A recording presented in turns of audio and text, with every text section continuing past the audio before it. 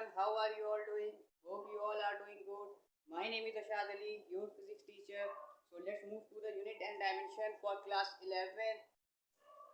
This is the first video lecture which I am going to upload for class 11. The first topic is unit and dimension, that is measurement. So first of all, we have to understand something about measurement. What is measurement? See, whenever before understanding the measurement, we have to know something about quantity. What is quantity? Quantity is nothing, it's all about limit. जैसे कि हम आपसे बात करें अगर quantity की, quantity कुछ नहीं है, ये एक लिमिट के बारे में बताती है। कोई भी चीज की एक लिमिट जो होती है वो बताती है क्वांटिटी। जैसे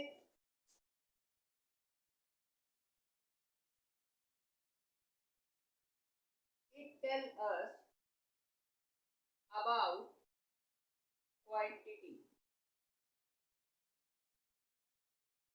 देखो, यूनिट डायमेंशन को पढ़ने से पहले कुछ टर्म्स हैं, जैसे क्वांटिटी है, ये होती क्या चीज है, पहले इसके बारे में हम लोग बात करेंगे। आखिर ये क्या है? It tells us about limit. Limit क्या चीज है? अब सपोज कीजिए अभी हम लोग उस टाइम पे है, 18 या 19 सेंचुरी के टाइम पे है, जब हमारे पास कोई भी इंस्ट्रूमेंट नहीं था मेजर करने के लिए, कोई भी इंस्ट्रूमेंट नहीं था मेजरमेंट के लिए। तो हुआ कुछ यूँ, आप जाते हैं किसी जनरल मर्चेंट की शॉप पे, वहाँ जाकर आप जनरल मर्चेंट वाइज कहते हैं भैया हमको जो है 50 रुपये का आप चावल दे दो। तो भैया जो होते हैं वो आपको इतना चावल दे देते हैं। ठीक, उसके बाद आप वहाँ से निकलते हैं, आगे बढ़ते हैं, तो आपका एक दोस्त मिला। ठीक, इसको पहले हम समझेंगे, चैप्टर के सोल तक पहुँचना बहुत इंपॉर्टेंट है। आपके एक दोस्त मिलते हैं, आपसे बातचीत होती है, फिर उनसे आपने बातचीत किया, फिर आपने पूछा भाई आप क्या करने गए थे, तो उन्होंने बताया भाई मैं चावल लेने गया था। आपने पूछा कितने का मिला चावल, उन्होंने कहा 50 रुपए का। अब हुआ क्या, आपके पास 50 रुपए का चावल इतना सा, उनके पास 50 रुपए का चावल इतना सा, इतना ढेर सारा। ठीक, अब हुआ कुछ यूं, कहानी कुछ ये हुई, अगर उस 18 या 19 सेंचुरी जो भी आप सपोज कर रहे हैं उसको अगर हम कंपेयर करें आज के सेंचुरी यानी 21st सेंचुरी से, अगर उसको हम कंपेयर करें तो क्या आप बता सकते हैं WWE हो जाता? अब तक WWE हो गई होती। जाहिर सी बात है, इस WWE को अवॉइड करने के लिए हमारे पास एक आसानी मिल गई, जिसको हमने क्या कहा, क्वांटिटी कहा। तो हमारे पास इंस्ट्रूमेंट आ गया उस क्वांटिटी को मेजर करने के लिए। ठीक, अब जैसे सपोज कीजिए किसी ने आपसे पूछा आप दिल्ली से कानपुर आप गए, ठीक, तो आपको वहां से कितना टाइम लगा, तो आपने क्या कहा, सॉरी कितना डिस्टेंस था। चलिए डिस्टेंस की बात करते हैं, पहले डिस्टेंस की बात करते हैं, क्या डिस्टेंस है। तो हुआ क्या, आपने क्या कहा, भाई बस ज़्यादा दूर नहीं है। ज़्यादा दूर नहीं है मतलब क्या, हो सकता है बगल में भी हो सकता हो थोड़ी दूर का रास्ता हो सकता हो। अब देखो हुआ क्या, इसको समझाने के लिए, इसको डिस्टेंस को एक्सप्लेन करने के लिए हमारे जो साइंटिस्ट हुआ करते थे वो क्या लेके आए, एक लेंथ लेके आए। उन्होंने बताया भाई इतना किलोमीटर, इतना मीटर। ठीक, अगर आप ये कह देंगे कि भाई देखो ऐसा है कि बहुत दूर है दिल्ली से कानपुर, तो होगा क्या, अगला आदमी तो ये भी समझ सकता है ना कि हो सकता है आप यूएस पहुंच गए हो। तो इसी चीज को लिमिट को बताने के लिए जो साइंटिस्ट थे वो क्या लेकर आए हमारे लिए, क्वांटिटी लेके आए, दैट इज मेजरमेंट लेके आए। अब हुआ क्या, अगर देखो कोई साइंटिस्ट ऐसे तो बना नहीं है साइंटिस्ट, अब आपको कोई क्वेश्चन दे दिया जाए फोर्स के बारे में कह दिया जाए, फोर्स का क्वेश्चन दे दिया जाए, आपने क्या किया, force equal to mass into acceleration लगा दिया फॉर्मूला, क्वेश्चन को सॉल्व कर दिया, तो आप क्या साइंटिस्ट थोड़ी ना बन जाएंगे। साइंटिस्ट बनने के लिए आगे की 100 साल की सोच के चलना पड़ता है। आने वाले 100 साल में 200 साल में कैसी जनरेशन होगी, उसको हम किस तरीके की फैसिलिटी प्रोवाइड कर सकते हैं। तो हमारे जो साइंटिस्ट थे वो क्या लेकर आए हमारे लिए, मेजरमेंट लेके आए। ठीक, अब ये तो हमने बात की चावल वाले एग्जाम्पल से मास की, और हमने दिल्ली टू कानपुर हमने क्या मेजर किया, एक लेंथ को मेजर किया। अभी डिस्टेंस डिस्प्लेसमेंट सब भूल जाओ। अब आते हैं बात करते हैं टाइम की। टाइम क्या चीज है? अभी आपने हमको अगर आप हमसे पूछें सर आप हमको कितनी देर तक पढ़ाएंगे, तो हम आपसे कहेंगे भाई थोड़ी देर पढ़ाएंगे, ज़्यादा देर नहीं पढ़ाएंगे। अब थोड़ी देर का मतलब हो सकता है हम आपको 5 ही मिनट पढ़ा दें, हो सकता है 1 घंटा पढ़ा दें, हो सकता है 2 घंटा पढ़ा दें, बहुत सी पॉसिबिलिटी हो सकती है। तो अब हमको एक लिमिट बताने के लिए हमारे जो साइंटिस्ट थे उन्होंने क्या ला के दिया, टाइम ला के दिया। हमने कहा भाई हम तुमको 1 घंटा पढ़ाएंगे, हो सकता है तुमको सिर्फ 5 मिनट पढ़ाएंगे, तो हमने आपको क्या बता दिया, एक लिमिट बता दिया, ठीक, वो आ गई टाइम। अब क्योंकि ये समर सीजन चल रहा है ना, गर्मी का मौसम चल रहा है, तो उसमें हुआ क्या, अब आपने अपने फ्रेंड से कहा भाई कल से गर्मी आज कुछ ज़्यादा ही है, तो कैसे पता भाई कि गर्मी कल से आज ज़्यादा है, इसको बताने के लिए क्या मिला आपको, टेम्परेचर मिल गया, यह थीटा,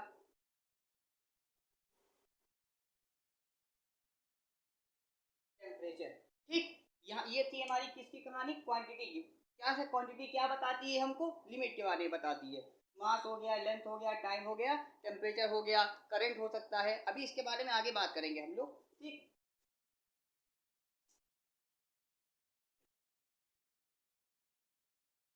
अब बात करते हैं क्वांटिटी होती कितने तरीके की है, types of quantity, types of quantity. देखिए, दो तरीके की क्वांटिटी होती है, एक होती है फिजिकल क्वांटिटी, फिजिकल क्वांटिटी, एक होती है non physical quantity, non physical quantity.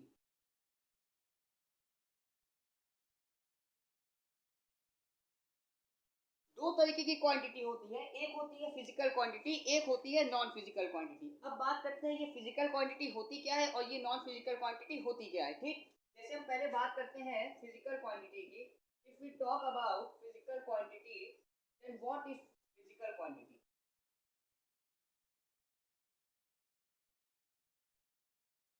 A quantity, a quantity which can be balanced, a quantity which can be balanced,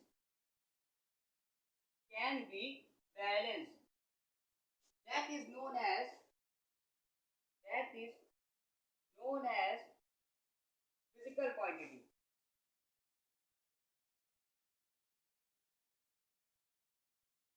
वो क्वांटिटी जिसको हम बैलेंस कर सकते हैं, जिसको हम मेजर कर सकते हैं, वो क्या कहलाती है, फिजिकल क्वांटिटी कहलाती है। For example, for example, mass, length, time, etcetera, ठीक। अब बात करते हैं नॉन फिजिकल क्वांटिटी की। नॉन फिजिकल क्वांटिटी क्या होती है, नॉन फिजिकल क्वांटिटी,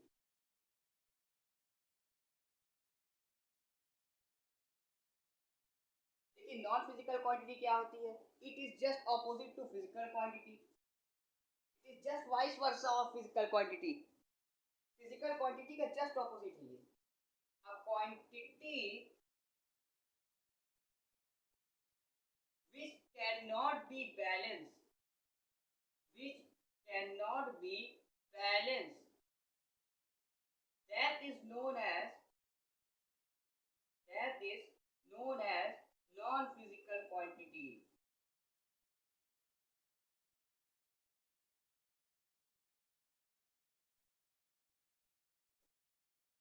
ठीक। अब फॉर एग्जाम्पल ले लीजिए मुंबई, क्या मुंबई को मेजर कर सकते हैं हम, बिल्कुल नहीं कर सकते, ठीक। रूम, क्या रूम को मेजर कर सकते हैं हम, बिल्कुल नहीं कर सकते, एटसेट्रा। ऐसे बहुत से चीजें हैं जिसको हम मेजर नहीं कर सकते, और ऐसी बहुत सी चीजें हैं जिसको हम मेजर कर सकते हैं। तो ये थी हमारी टाइप्स ऑफ क्वांटिटी। हमने ये जाना है इसमें कि आखिर हम पहले यूनिट डायमेंशन को पढ़ने से पहले हमको क्या पढ़ना पड़ा, क्वांटिटी के बारे में पढ़ना पड़ा, क्वांटिटी होती क्या चीज़ है, क्वांटिटी होती कितने तरीके की है, फिजिकल क्वांटिटी क्या होती है, और नॉन फिजिकल क्वांटिटी क्या होती है, इसके बारे में हमने जाना, ठीक। अब हम लोग फिजिकल क्वांटिटी को ही आगे लेके चलेंगे, इसी को एक्सटेंड करेंगे, और इसको भी, ये भी होती है दो तरीके की,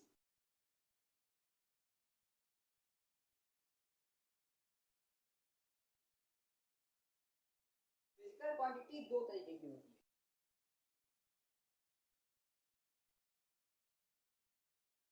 देखो यूनिट डायमेंशन को पढ़ने से पहले ये सब जो बेसिक्स है इसको समझना बहुत इंपॉर्टेंट है, ठीक। अब हम लोग बात करेंगे types of physical quantity, types of physical quantity. अब फिजिकल क्वांटिटी क्या है? देखो ये दो तरीके की होती है। कौन कौन सी होती है? Fundamental quantity, fundamental quantity. दूसरी क्या होती है? Derive quantity. ठीक, डिराइव क्वांटिटी। अब इनके बारे में हम जानेंगे। चलिए पहले हम बात करते हैं फिजिकल क्वांटिटी की। What is physical quantity? Sorry, what is fundamental quantity? First of all we will talk about what is fundamental quantity. देखो ये कैसी क्वांटिटी होती है? A quantity which is not depend any other quantity, which is not depend on any other quantity, that is known as fundamental quantity. जैसे a quantity which is not depend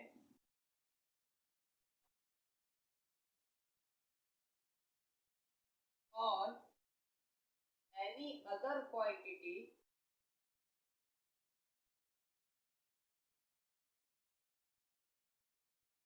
is known as fundamental quantity.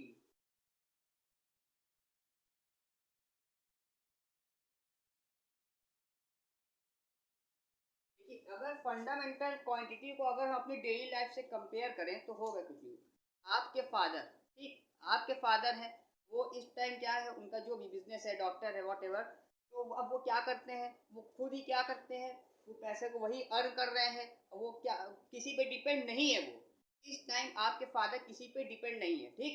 लेकिन अगर हम derive quantity की बात करें, इसी तरह देखिए, इसी तरह फंडामेंटल क्वांटिटी भी होती है जो किसी दूसरी क्वांटिटी पर डिपेंड नहीं होती है। जैसे mass, mass is not depend on any other other quantity. Example आप लीजिए तो मास ले लीजिए। Length, length is not depend on any other quantity. If we talk about time, तो time is also not depend on you. Time हमेशा आगे बढ़ रहा है, आप पीछे हैं तो ये आपकी प्रॉब्लम है, टाइम की प्रॉब्लम नहीं है। टाइम हमेशा आगे बढ़ रहा है। क्या टाइम आपके ऊपर डिपेंड है कि आप क्या कर रहे हैं? आप सो रहे हैं तो अभी हम रुक जाएं?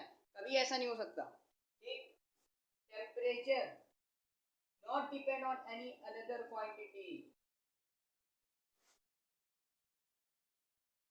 टेम्परेचर, ठीक। अब हम लोग बात करते हैं डिराइव क्वांटिटी की। डिराइव क्वांटिटी क्या होता है? Derive quantity,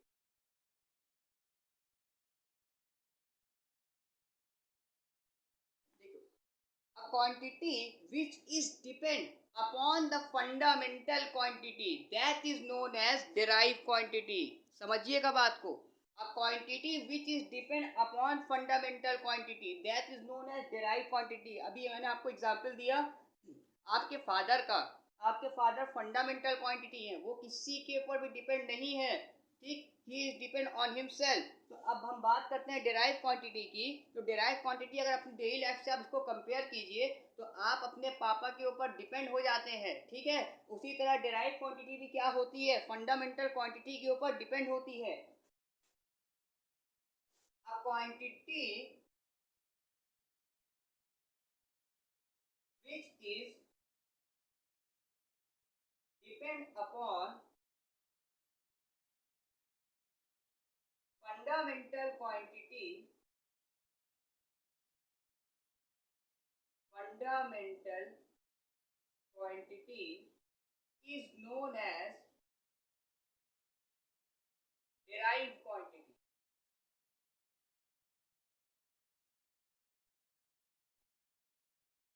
For example, velocity,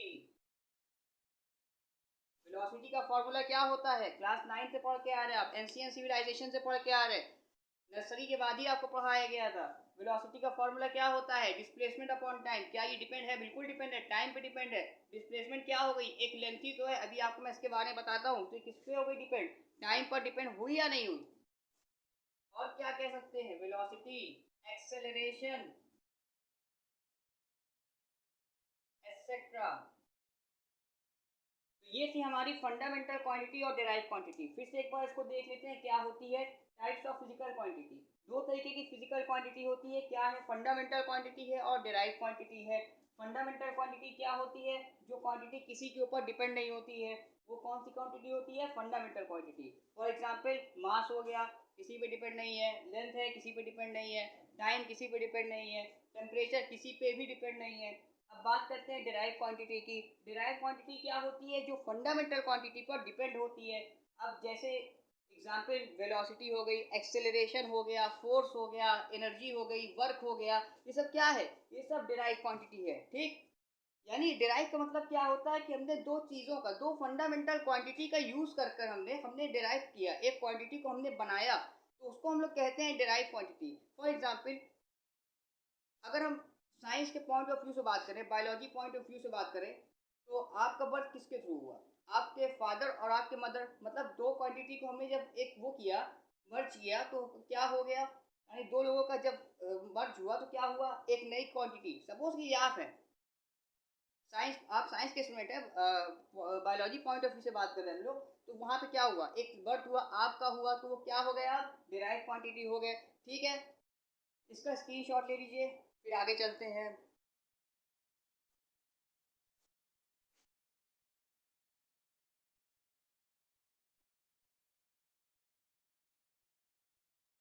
चलिए अब बात करते हैं किसकी हम लोग? एसआई यूनिट की।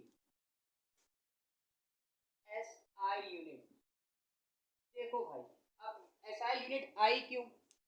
देखो, आपके बर्थ होने के बाद आपको एक स्पेसिफिक नेम दिया गया। वो स्पेसिफिक नेम क्यों दिया गया? आप कहेंगे यार बुलाने के लिए दिया गया, सर बुलाने के लिए हमको दिया गया, हमको कॉल करने के लिए दिया गया। ठीक, लेकिन अब देखो, अगर आप फिजिक्स पॉइंट ऑफ व्यू से बात करिए, तो आपको जो स्पेसिफिक नेम दिया गया वो आपकी यूनिकनेस को डिफाइन करने के लिए दिया गया, आपके कैरेक्टरिस्टिक को डिफाइन करने के लिए दिया गया। सपोज कीजिए अगर आप कल को डॉक्टर बन जाते हैं या आईएएस बन जाते हैं, तो कैसे बताया जाएगा कि आप, आपको नाम लेके तो बताया जाएगा आपकी यूनिकनेस को। आप नालायक हैं, आप अच्छे हैं, इसको इसको बताने के लिए आपका नाम कहीं तो इस्तेमाल करना पड़ेगा, तभी तो ये आपकी यूनिकनेस को बताई जाएगी। ठीक, इसी तरह हम लोग क्या करते हैं, मास की यूनिकनेस को बताने के लिए मास की यूनिट को हम लोग क्या बताते हैं? क्या हो गया? Kilogram, gram. ठीक, अब किसकी बात करना है? Length, metre, centimetre, kilometre. ठीक, अब टाइम की बात कर लेते हैं। सेकेंड, अभी एसआई यूनिट नहीं बता रहे, अभी सिर्फ आपको जो बेसिक यूनिट है उसको बता रहा हूँ। ठीक है, एसआई यूनिट को भी भूल जाना। ठीक, टाइम, सेकेंड, आवर, मिनट। ठीक, टेम्परेचर, टेम्परेचर को डिनोट करते हैं थीटा से, थीटा।